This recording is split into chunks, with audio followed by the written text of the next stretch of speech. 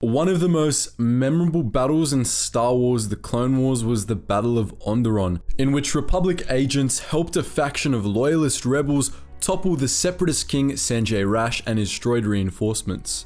In that battle, Jedi generals worked around their own rules of engagement to help the people of Onderon, even going so far as to buy weapons on the black market for the rebels' use.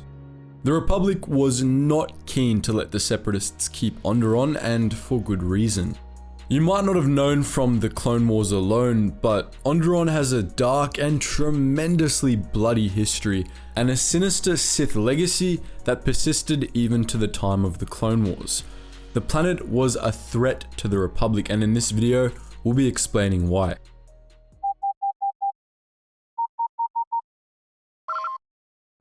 Attention, Sergeant on deck!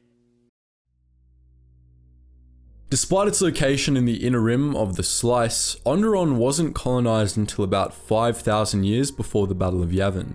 Its first settlers quickly discovered that Onderon was a very unfriendly world, as its jungles were stalked by a myriad of species of vicious beasts, which relentlessly preyed on the colonists night and day.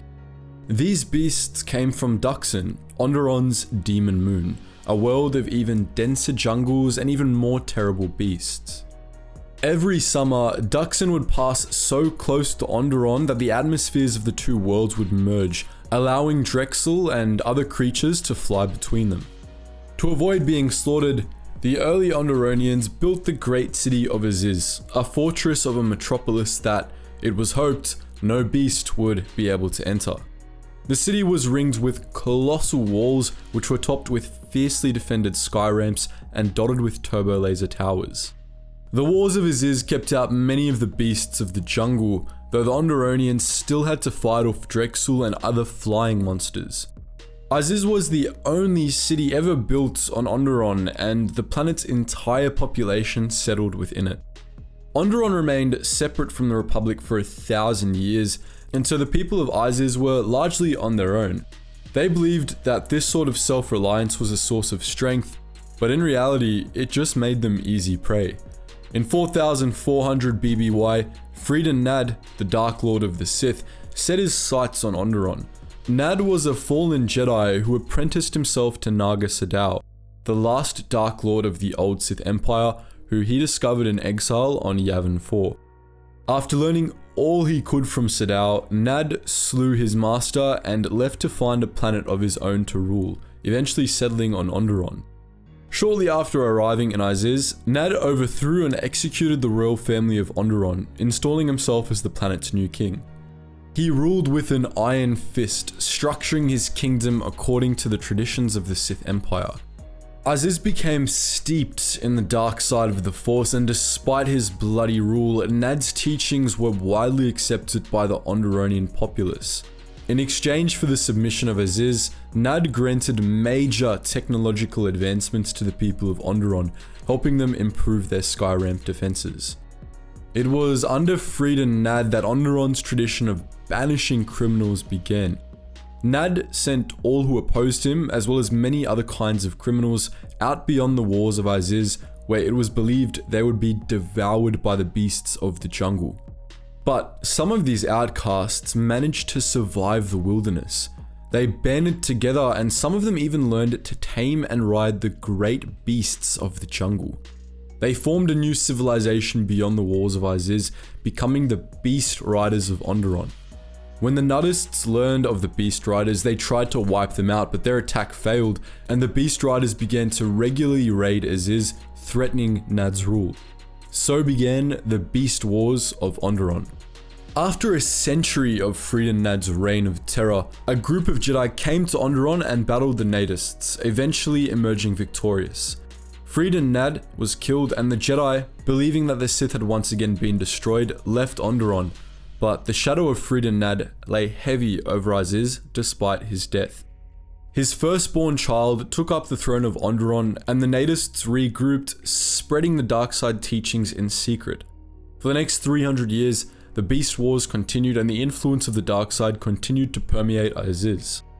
By the time Onderon finally made contact with the Republic in 4002 BBY, The name of Freedom Nad was no longer spoken publicly, but much of Iziz still held to the Sith Lord's teachings. The planet was ruled at the time by Queen Aminoa, the wife of the senile King Omin, who requested that the Republic send Jedi to help end the Beast Wars. The Jedi Order responded by sending Master Arkacheth and his Padawans, Kay Keldroma, Tot Donita, and Ulik Keldroma. The Jedi met with the Onderonian royal family, but just as they arrived, the Beast Riders attacked the city, kidnapping Princess Galia, Omin, and Aminoa's only child. The Jedi pursued the Beast Riders, only to discover that Galia hadn't actually been kidnapped at all. She wanted to marry their prince, Oronkira. The Beast Riders explained the extent of Freedom Nad's legacy to the Jedi. They requested that the Jedi help them take Iziz and cast down Queen Aminoa, ending the dark side's grip over Iziz. The Jedi agreed, and with the help of Arkacheth's battle meditation, the Beast Riders successfully defeated Queen Aminoa. Princess Galia married Oronkira, uniting the people of Iziz and the Beast Riders. Master Arca moved the sarcophagi of Freedom Nad and his descendants to a tomb on Duxon in the hopes it would end their influence over Onderon. But Onderon's troubles were far from over. King Omin, as it turned out, wasn't actually senile at all, and the Beast Riders had made the mistake of allowing him to roam free. Omin rallied the Nadists and began a revolt against his daughter and her husband, successfully recapturing Iziz. The Jedi counterattacked, calling in a Republic fleet for reinforcements. Omin was ultimately defeated, but the rebellion ended up spawning a much greater threat. Two nobles from the Empress Tita system, Satal and Alima Keto, arrived in Iziz during the rebellion and recovered a number of ancient Sith artifacts through which they learned the secrets of the dark side. Satal and Alima ended up founding the Krath, a Sith cult that took over the wealthy Empress Teta system.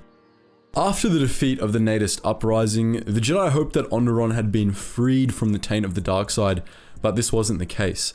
The new royal family was still partly of Nad's lineage, and though Princess Galia had rejected her ancestor, not all of her descendants did.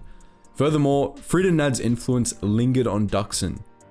When the Jedi Exar Kun found his tomb, Nad's spirit guided him to the dark side, eventually leading to Kun taking Nad's place as Dark Lord of the Sith.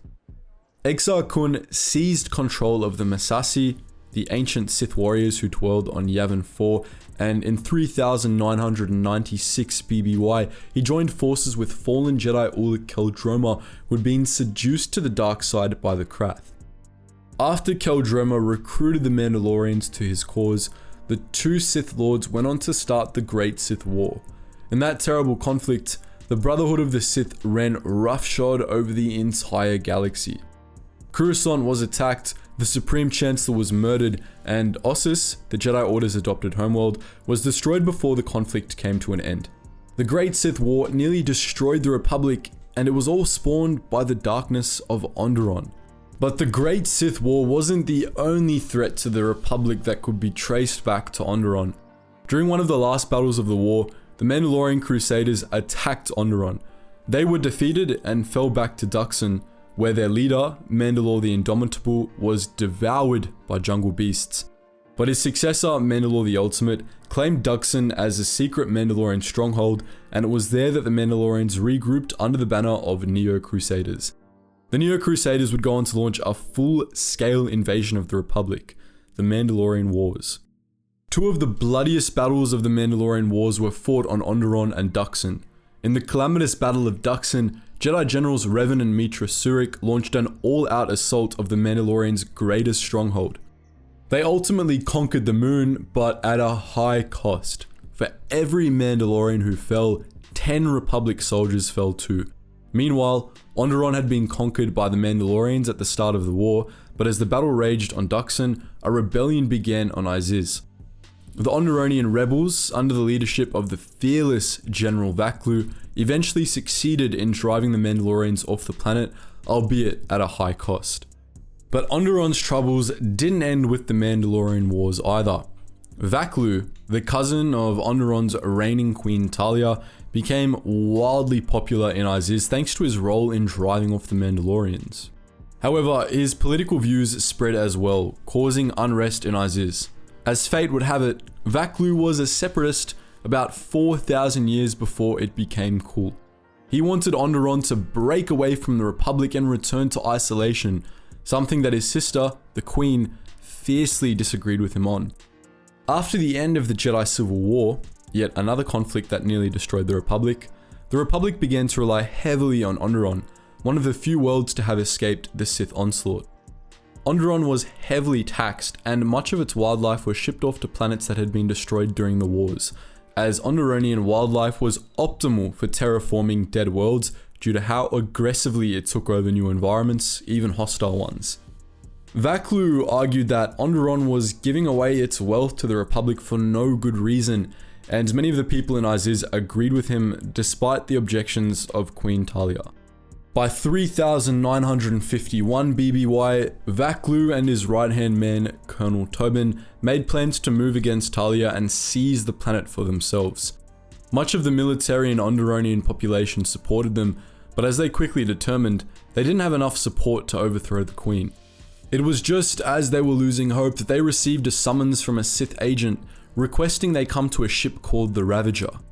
On that corpse of a vessel, they met with Darth Nihilus, who offered them an alliance and all the reinforcements they would need to take Onderon. With the secret backing of the Sith, Vaklu and his supporters made their move against Talia. Nihilus sent his agents to Duxon, where they entered the tomb of Frida Nad and used its dark side energies to drive the beasts of Onderon mad, causing chaos in the streets of Iziz. Under the cover of this chaos, Vaklu's troops attacked, launching a lightning raid on the royal palace. It seemed that the Onderon civil war would end in a victory for General Vaklu, but Talia received unexpected aid late in the battle. Mitra Surik, the Jedi exile, and her companions joined the fight, with Surik's allies clearing the Sith out of the tomb on Duxon and Surik herself leading a counterattack in Iziz. With the help of the Jedi exile, Queen Talia won the day. Vaklu was executed, Iziz began to rebuild, and the Sith were driven from the system. At last, Onderon was free from the dark side, at least on the surface. After the end of the Civil War, Onderon enjoyed peace right up until 20 BBY, when the Clone Wars' Battle of Onderon occurred. Once more, Onderon was torn apart by civil war, and this time, the Jedi helped restore the true king, Ramses Dendup, to the throne. The Jedi involved were oblivious, in all likelihood, to the fact that they were helping the heir of a Sith Lord. By that point, the people of Onderon liked to pretend their planet had left its dark past far behind, but that was far from the case. The heirs of Frida Nad still ruled over Iziz. Shadow still emanated from his tomb on Duxon, making the beasts that stalked the jungles of both worlds ravenous and cruel. The scars of many wars remained both on Duxon and Onderon. The echoes of the Beast Wars, the Mandalorian Wars, the Civil War, and more. The taint of the dark side still haunted Onderon and its demon moon. Considering how many times that taint had spawned threats that had nearly destroyed the Republic, it's no wonder they fought so hard to take the system back from the Separatists. So that's the full story of Onderon, the Clone Wars battlefield with a dark past you may not have known about. But what do you think? Would you like to hear more about the Beast Wars, the Civil War, or some of the characters involved in them? Let us know your thoughts in the comment section below. And just before you run off to those suggested videos, guys, make sure you check out our all new channel, The Braved, where we post high quality content on a weekly basis that goes through all the eras of human history to handpick some of the most badass men and women existing in those eras. So if that sounds like it tickles your fancy, that's the first link in the description below. And if you just want to listen to some music, check out our Relax Jack channel, where we use a lot of the music posted there on the videos on this channel. And if you want access to exclusive content and a behind the scenes Discord where you can chat to myself and the team who make these videos, consider donating to the Patreon. And lastly, if you want to join our wider community, check us out on our Geetsly's Discord and our up and coming Geetsly's gaming network with our new Clone Wars roleplay server opening near the end of March. Anyways, guys, as always, thank you so much for watching, and I hope to see you in the next video.